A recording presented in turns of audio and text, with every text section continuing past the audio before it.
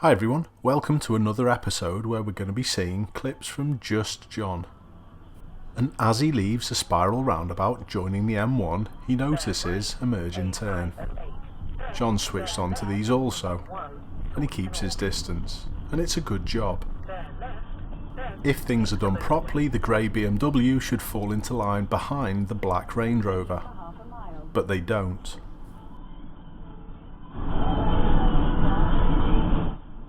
You may not have noticed, but that was a horn being blared from the BMW. On first time of seeing this clip, I was expecting some more nasties a little bit further up, but nothing goes on. But if you see something like this, do as John did and just keep your distance. Give them time to battle it out themselves. This clip was called Don't Undertake, Just Swap with a Signal, and it's a perfect way to think about this scenario. Do you do the same?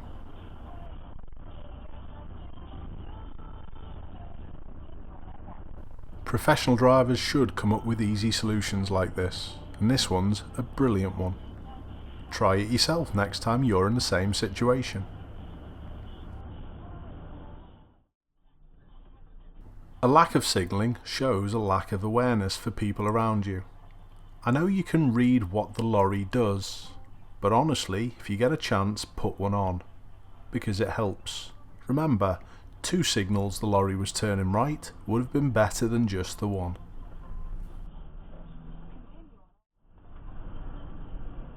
John's appreciation for the space a cyclist needs has always been top notch. It's a shame this lorry driver in front can't take a leaf out of John's book.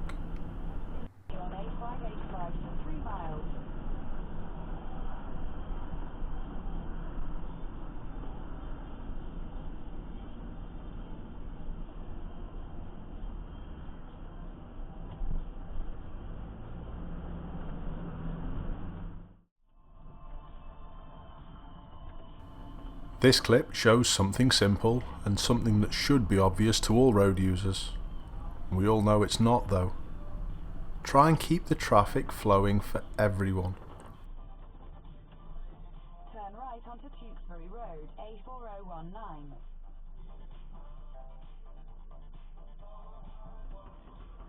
After a little movement, a surefire way to let the other vehicle know you're not coming through is to stop.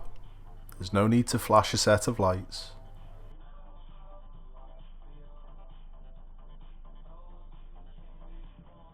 Nicely timed. Turn right, then.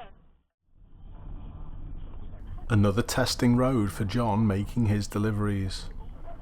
What could happen? And now what's John gonna do? Just keep an eye on the speed of the tractor. John does this so well and so efficiently, the tractor doesn't even have to stop. Magic.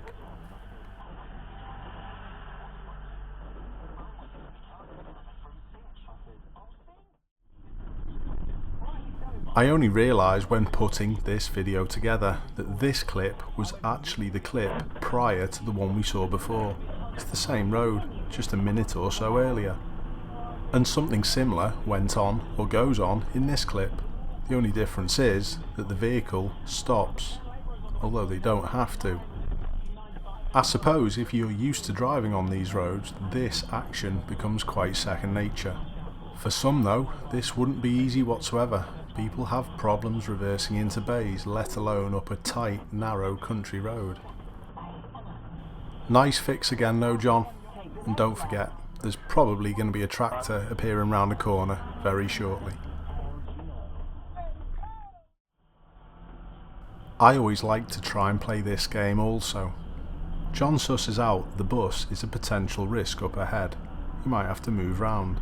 And when the driver of the silver Vauxhall moves back to lane 1 and the bus is parking, John's going to help out. See whether your planning can help with their planning.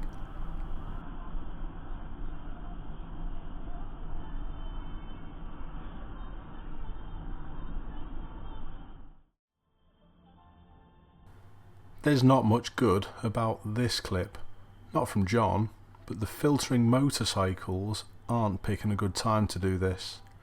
But then the Nissan from the opposite direction seems to drive at the final one of this trio. I despise this type of punishment. Cyclists get it loads, but motorcyclists get it a lot too. And I've also seen it towards my driving school vehicle. However, we're protected, don't forget, by a ton's worth of metal.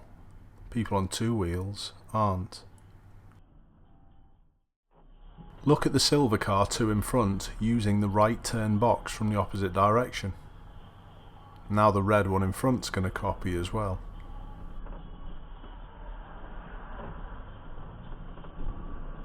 Now there's an awkward balance of not stopping in the yellow hatched area and helping the red one.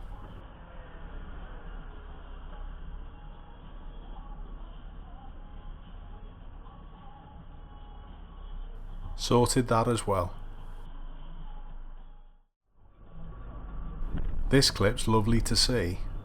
I know in London it's a requirement for survival, but how many times do you see cycle training for young kids in your area?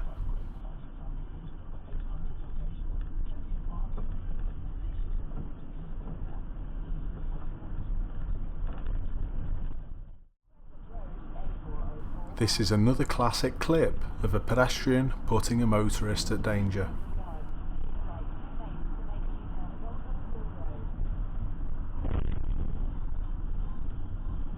After 400 yards, make a U-turn. They're forever just walking out, they don't pay any road tax and they haven't got a licence. They're a disgrace. Have a look at the BMW in front and the mess that it makes of this emerge. The lorry driver's got nowhere to go. For 32 miles.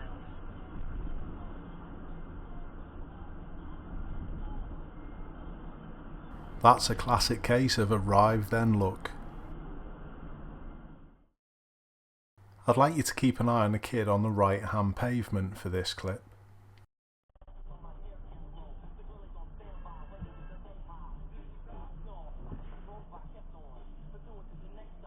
And before you start criticising, I just want to point out one thing.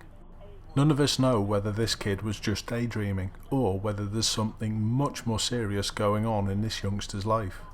We are all too quick to point a finger when we've been wronged, but in reality, we don't know the bigger picture.